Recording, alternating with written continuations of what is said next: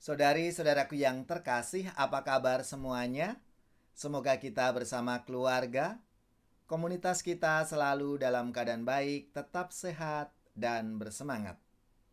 Berjumpa kembali bersama saya, Inspirasiku di Antara. Renungan Harian Jumat 2 Juli, Pekan Biasa ke-13. Marilah kita mengawali renungan kita dengan tanda kemenangan Kristus. Dalam nama Bapa dan Putra dan Roh Kudus. Amin. Allah Bapa yang penuh kasih, kami bersyukur atas rahmat, anugerah kehidupan yang boleh kami terima hari ini. Berkati kami sepanjang hari ini, agar kami mampu untuk melaksanakan apa yang kami kerjakan, kami rencanakan hari ini, selaras dengan kehendak-Mu. Ini semua kami sampaikan dengan perantaraan Kristus, Tuhan dan Penyelamat kami. Amin. Dalam nama Bapa dan Putra dan Roh Kudus. Amin. Inspirasi kita hari ini dari Injil Yesus Kristus menurut Matius, bab 9, ayat 9 sampai 13. Marilah kita baca bersama-sama, lalu kita renungkan. Pada suatu hari Yesus melihat seorang yang bernama Matius duduk di rumah cukai. Yesus berkata kepadanya, "Ikutlah aku." Matius segera berdiri dan mengikuti Yesus. Kemudian ketika Yesus makan di rumah Matius, datanglah banyak pemungut cukai dan orang berdosa, makan bersama-sama dengan dia dan murid-muridnya. Melihat itu, orang Farisi berkata kepada murid-murid Yesus, "Mengapa gurumu makan bersama-sama dengan pemungut cukai dan orang berdosa?" Yesus mendengarnya dan berkata, "Bukan orang sehat yang memerlukan tabib, melainkan orang sakit. Pelajarilah arti sabda ini. Aku menginginkan belas kasihan, bukan persembahan. Aku datang bukannya untuk memanggil orang benar, melainkan orang berdosa." Demikianlah Injil Tuhan. Terpujilah Kristus.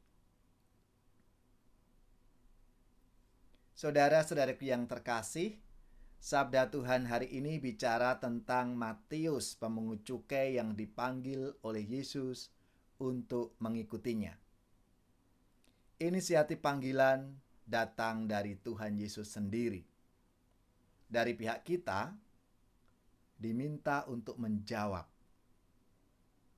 menanggapi panggilan itu dengan iman. Percaya penuh pada Tuhan yang pasti akan membimbing kita. Dari kisah panggilan Matius ini kita jadi tahu maksud kedatangan Yesus. Ia datang untuk orang berdosa, bukan orang benar. Yesus adalah tabib untuk orang sakit, bukan orang sehat. Bagi Yesus, semua harus diselamatkan. Nah, pandangan ini berbeda dengan pandangan bangsa Yahudi. Bagi bangsa Yahudi, mereka yang sakit kusta, yang cacat sejak lahir, pemungut cukai, itu digolongkan sebagai para pendosa yang tidak berhak untuk mendapatkan keselamatan. Maka mereka harus dikucilkan, harus dihindari. Berbeda dengan apa yang dilakukan oleh Tuhan Yesus. Tuhan Yesus justru merangkul mereka semua, makan bersama-sama dengan mereka. Meskipun orang-orang Farisi mengkritisi itu, tapi bagi Yesus apa yang dikatakan, apa yang disabdakan, bukan orang sehat yang membutuhkan tabib, tapi orang sakit. Aku menginginkan belas kasihan, bukan persembahan. Aku datang bukannya untuk memanggil orang benar, tapi orang berdosa. Sebagai murid-murid Yesus, kita harus meneladani sikap Yesus ini. Punya sikap peduli, menolong, menyelamatkan, tidak menghakimi, dan tidak menghukum mereka. Hal ini bisa kita lakukan dalam kehidupan kita, mulai dari keluarga-keluarga kita, lalu komunitas kita. Lebih-lebih ketika kita menggunakan sarana komunikasi, media sosial, disitulah kita dipanggil untuk punya sikap seperti Tuhan Yesus. Tidak menghakimi, tidak menghujat, tidak menyampaikan ujaran kebencian, ataupun mungkin berita-berita bohong, berita hoak. Saudara-saudariku yang terkasih, marilah melalui sabda Tuhan hari ini kita pun juga dipanggil, ikutlah aku. Dan mari kita menjawab panggilan Tuhan itu. Lewat pekerjaan kita masing-masing, lewat apa yang saat ini menjadi panggilan hidup kita, supaya kita menjadi berkat dan saluran rahmat untuk saudara-saudari kita. Lebih-lebih mereka yang sungguh membutuhkan bantuan kita. Mereka yang sakit, mereka yang menderita. Di masa pandemi ini, sungguh menjadi kesempatan bagi kita untuk menjadi perpanjangan tangan Tuhan. Membantu mereka yang sakit, mereka yang terpapar COVID, lewat doa-doa kita, support logistik, makanan, vitamin, dan perhatian-perhatian kita. Marilah kita sebagai murid-murid Yesus menanggapi panggilannya.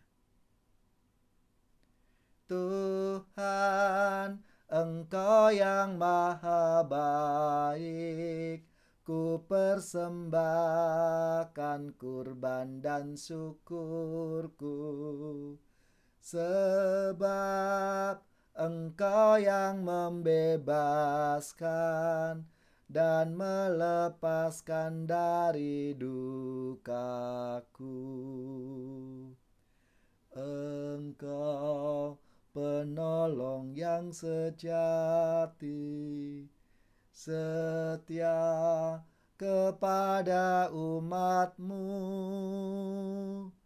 Tuhan, Engkaulah maha baik, ku persembahkan kurban syukur.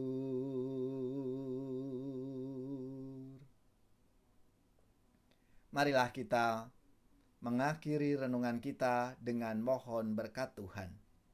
Semoga saudara-saudari sekalian, keluarga-keluarga, orang-orang yang kita doakan, mereka yang sakit secara khusus, saudara-saudari kita, keluarga-keluarga yang terpapar COVID-19, diberikan kekuatan, semangat dan rahmat kesembuhan, seluruh tugas, belajar, pekerjaan, usaha serta karya pelayanan kita dibimbing, dilindungi dan diberkati oleh Allah yang Maha Kuasa, Bapa, Putra, dan Roh Kudus. Amin.